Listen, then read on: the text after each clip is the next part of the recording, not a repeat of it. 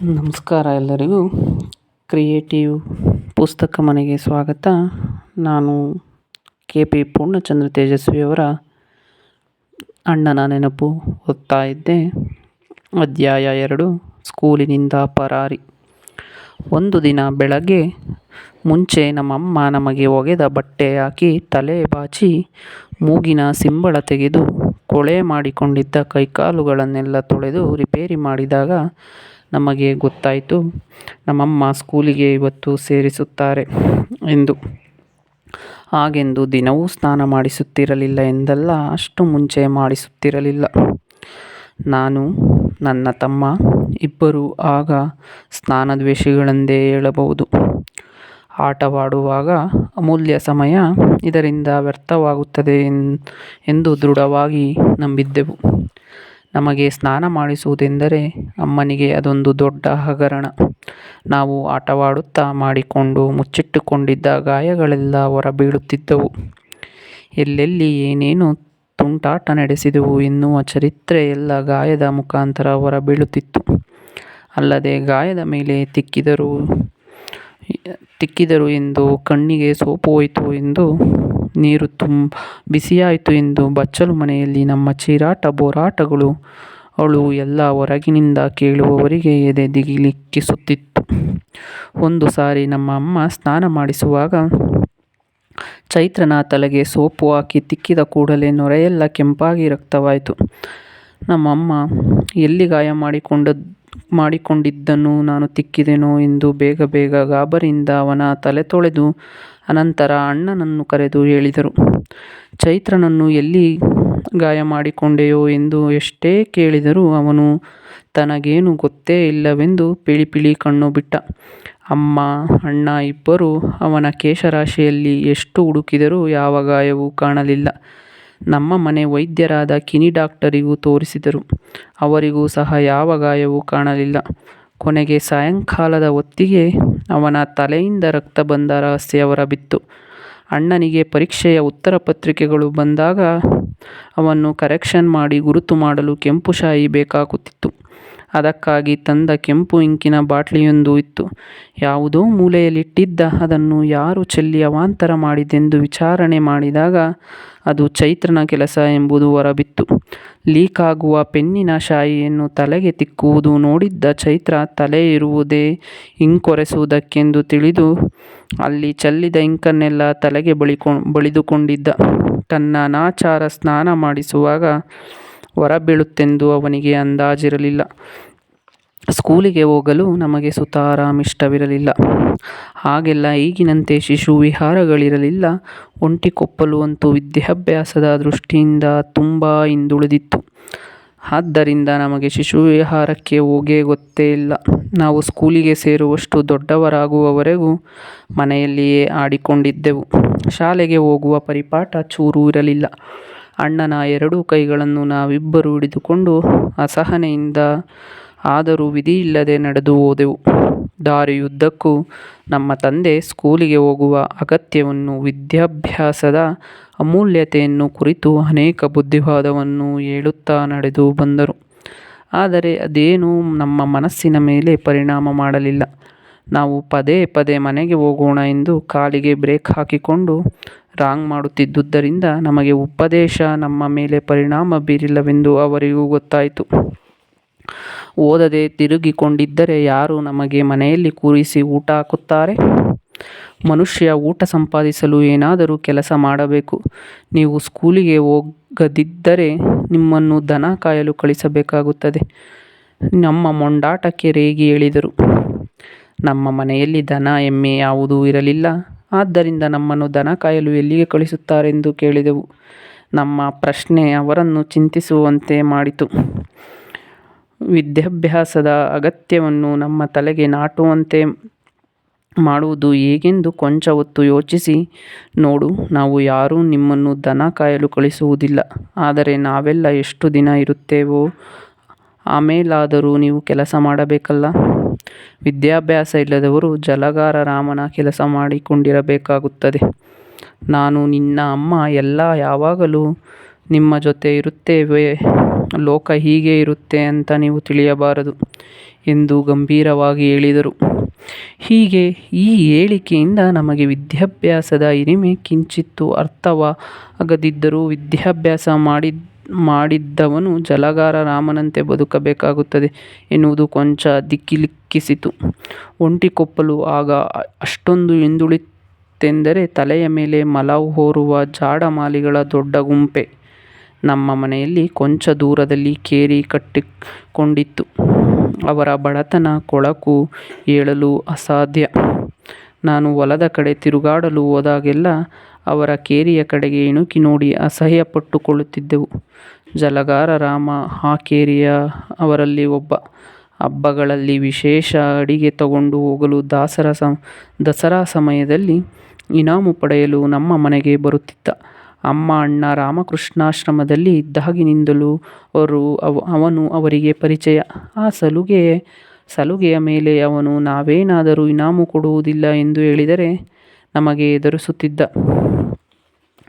ಎಲ್ಲರೆದುರು ನಿಮ್ಮ ಏಲು ಉಚ್ಚೆ ಎಲ್ಲ ಬಳಿದಿದ್ದೇನೆ, ನನಗೆ ಮುಂದೆ ಹೋಗೆಂದು ಹೇಳುತ್ತೀರಾ ಎಂದು ಅವಮಾನವಾಗುವಂತೆ ದಬಾಯಿಸುತ್ತಿದ್ದ.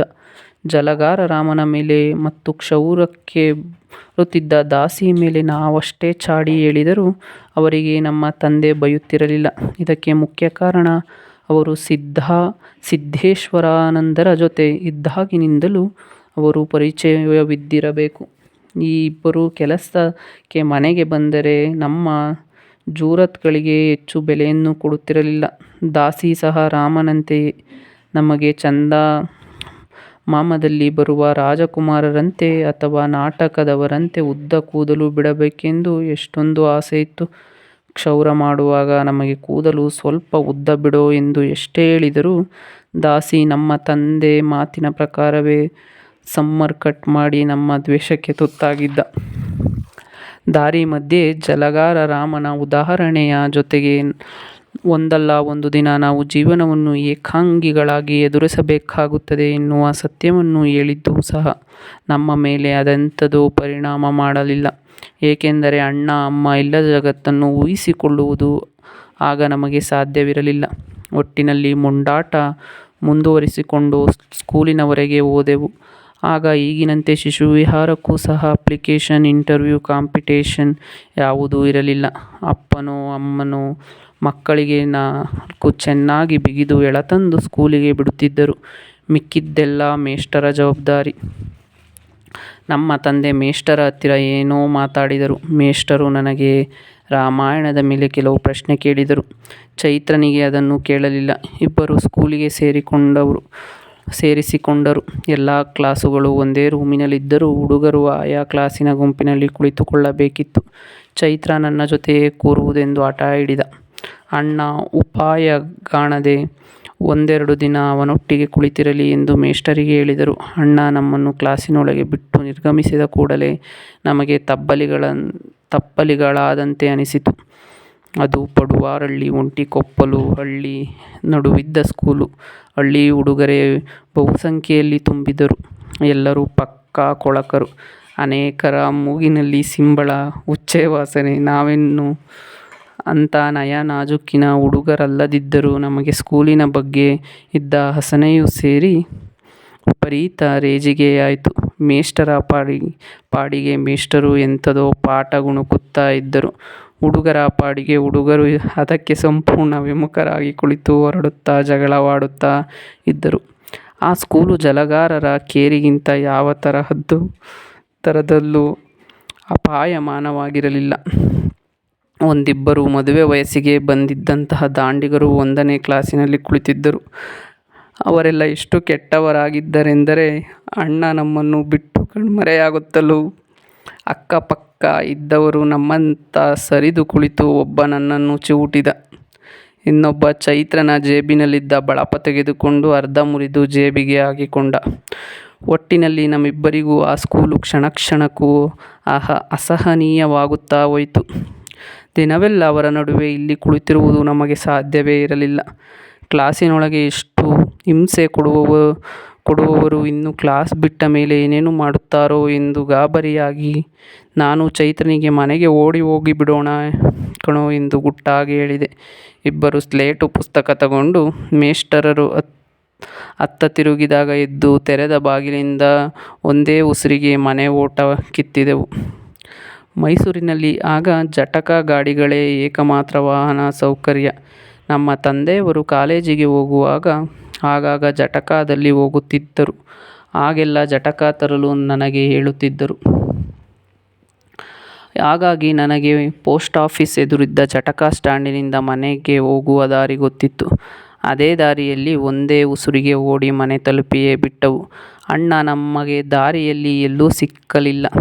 ಅವರು ನಮಗೂ ಸಹ ಇನ್ನೂ ಬಂದಿರಲಿಲ್ಲ. ಅವರು ಮನೆಗೆ ಇನ್ನೂ ಸಹ ಬಂದಿರಲಿಲ್ಲ.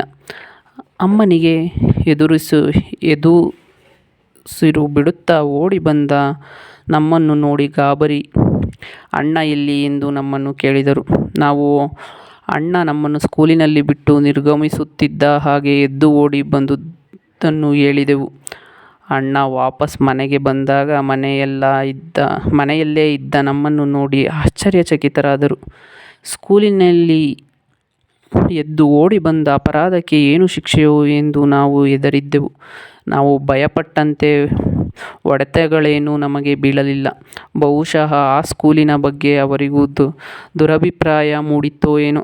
ತುಂಬ ಹೊತ್ತು ಯೋಚನೆ ಮಾಡಿ ಆಮೇಲೆ ಮೌನವಾಗಿ ಸುಮ್ಮನಾದರು. ಕೊಂಚ ದಿನಗಳ ನಂತರ ನಂಜುಂಡಯ್ಯ ಎನ್ನುವವರೊಬ್ಬರನ್ನು ಮನೆಯಲ್ಲೇ ನಮಗೆ ಪಾಠ ಹೇಳಲು ನೇಮಿಸಿದರು.